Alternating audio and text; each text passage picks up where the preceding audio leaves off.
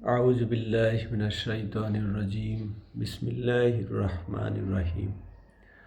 হযরত আনাস রাদিয়াল্লাহু থেকে বর্ণিত, রাসূলুল্লাহ সাল্লাল্লাহু আলাইহি সাল্লামের কাছে পানি মিশ্রিত দুধ আনা হলো। তার ডান পাশে ছিল এক বেদুইন আর বাম পাশে ছিলেন হযরত আবু বকর রাদিয়াল্লাহু আনহু। তিনি পান করলেন, এরপর ওই বেদুইনকে দিলেন আর বললেন, ডানের পরে ডান। বুখারী মুসলিম শরীফ। সম্মানিত দর্শক শ্রোতা, আজ বুধবার 7 জানুয়ারি 2026, 23 পৌষ 1432 বঙ্গাব্দ, 17 রজব 1447 হিজরি।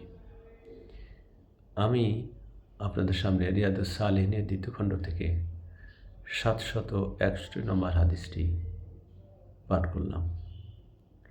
এখানে রাসূলুল্লাহ সাল্লাল্লাহু আলাইহি সাল্লাম দুধ মিশ্রিত পানি পান করার পরে কাকে দেবেন?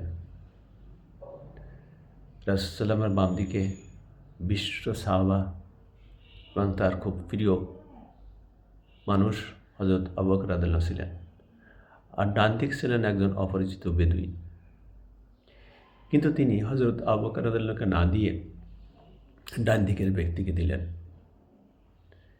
এখানে আমাদেরকে রাসূল সাল্লাম ডান দিক থেকে শুরু করার কথা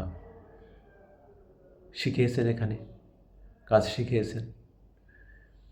আমরা যেন এই হাদিসটি স্মরণ রাখি এবং সে অনুযায়ী আমল করি। আল্লাহ পাক আমাদেরকে সেই তৌফিক দান করুন, আমিন। চ্যানেলটিতে সাবস্ক্রাইব করতে ভুলবেন না প্লিজ। ধন্যবাদ।